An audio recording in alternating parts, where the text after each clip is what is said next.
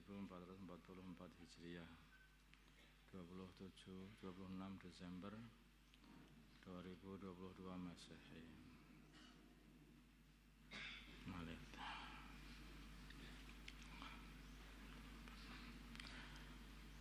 Masalah tahun baru 1 Januari. Bagaimana hukum bagi orang Islam merayakan tahun baru Masehi 1 Januari, dan bagaimanakah hukum meniup trompet dan menyalakan kembang api di malam tahun baru? Jawabnya adalah hukum merayakan tahun baru adalah haram apabila ada niat untuk mengikuti syiarnya orang-orang Nasrani atau orang fasik. Haram apabila ada niat untuk mengikuti syiarnya orang Nasrani atau orang fasik.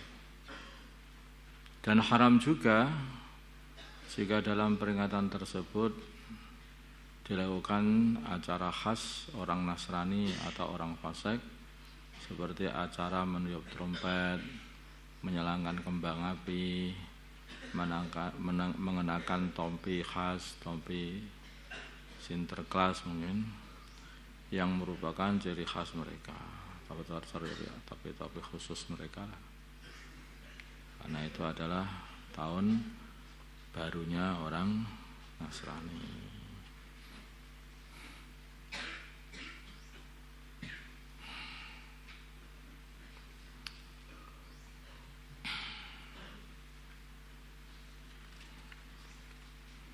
Ini bagi orang Islam harus hati-hati hal-hal seperti ini. Kadang-kadang ya hanya karena sedikit perkara yang kita anggap perkara yang remeh, hanya ikut-ikutan tasabuh dengan mereka atau barengi mereka, makan, minum, keramaian di hari tahun baru ini, lama-kelamaan ya hati kita akhirnya condong kepada kehidupan mereka, dan bukan hanya mencintai orangnya, akhirnya sampai jadi membenarkan agamanya. Padahal mereka ini telah menganggap Nabi Isa ini sebagai yang utusannya Allah, ini sebagai Allah, anak Allah atau Allah itu sendiri. Nah, kalau kita merayakan itu ya apa maksudnya kita itu? Apa juga merayakan pengangkatan Nabi Isa jadi Allah? Apa maksud kita itu ikut-ikut mengakui bahwa Nabi Isa itu anak Allah? Jadi masalah kan itu. Karena mereka ini punya tujuan di dalam perayaan-perayaan itu. Maka tidak seharusnya orang Islam itu, dan tujuannya adalah urusan agama mereka, agama sesat mereka. Maka bagi orang Islam jangan ikut perayaan mereka. Kalaupun kita tidak tahu pun, yang jelas kita ikut meramaikan untuk tujuan mereka, dan mereka senang dengan seperti itu, sehingga mereka merasa orang Islam pun juga ikut merayakan, yaitu tahun kelahirannya Tuhan Yesus, tahun baru Tuhan Yesus. Astagfirullahaladzim. Hati-hati. Masalah iqamah untuk orang yang sholat sendiri. Bagaimana hukum iqamah untuk orang yang sholat sendirian? Maka hukumnya adalah sunnah, seperti halnya adzan. Ini adalah sunnah, masih sunnah juga. Masalah pengumuman atau i'lan antara khutbah dan sholat Jumat. Bagaimana hukum mengumumkan hasil perolehan kotak amal di antara khutbah dan sholat Jumat? Jadi habis khutbah terus ada pengumuman hasil perolehan kotak amal. Kelihatannya tengah-tengah khutbah ngitung duit gitu ya. Kan diputernya kotak amalnya kan waktu khutbah. Terus habis diputer ngitung duit, nggak dengarkan khutbah terus ngumumkan. Kayaknya gitu, wallahu alam. Ini bukan bab itu yang kita bicarakan, masalah memisah antara khutbah dengan sholatnya.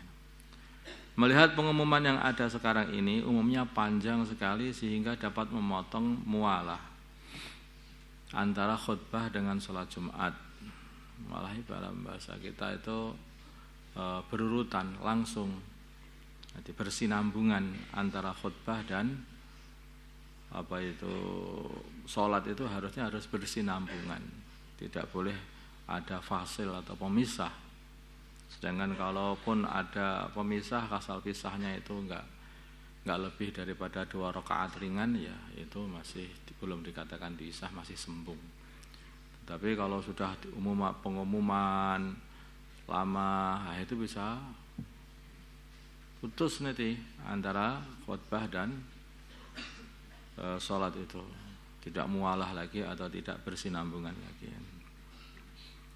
Maka sebaiknya pengumuman tersebut dikerjakan sebelum khutbah saja atau setelah selesai sholat, atau setelah selesai sholat, khutbah atau setelah selesai sholat. Habis sholat umumkan kan juga bisa,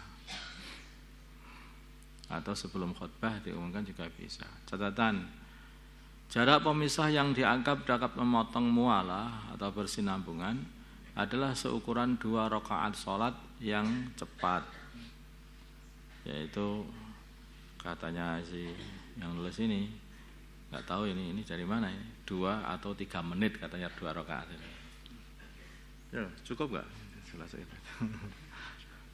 Ya rakaat cepat lah. Kira-kira sendiri. Uruf saja sebetulnya ini. 2 rakaat yang cepat.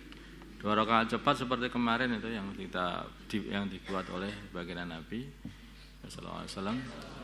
Mana beliau itu membaca di awalnya adalah qul ya ayyuhal kafirun, di rakaat keduanya membaca qul huwallahu ahad.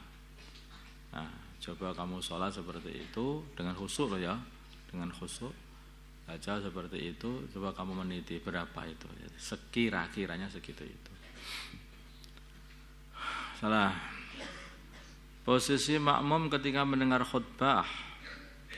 Bagaimana sunnahnya bagi mustami' atau pendengar khutbah? Apakah menghadap khatib atau menghadap kiblat?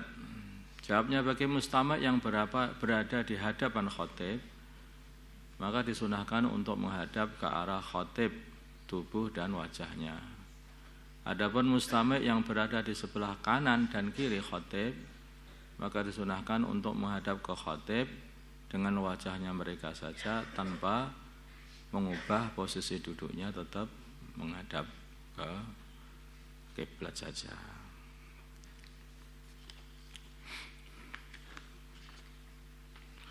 Allahumma shalli ala sayyidina Muhammad wa ala sayyidina Muhammad sallallahu ala sayyidina Ibrahim wa ala sayyidina Ibrahim wa ala sayyidina Muhammad wa ala Allahumma arhamna sayyidina Muhammad Allahumma arhamna sayyidina Muhammad alif baina qulubihim wa sayyidina Muhammad Allahumma ansur wa sayyidina Muhammad Allahumma ansur sultanan nasira sallallahu ala sayyidina Muhammadin nabiyil ummi wa ala alihi alhamdulillah.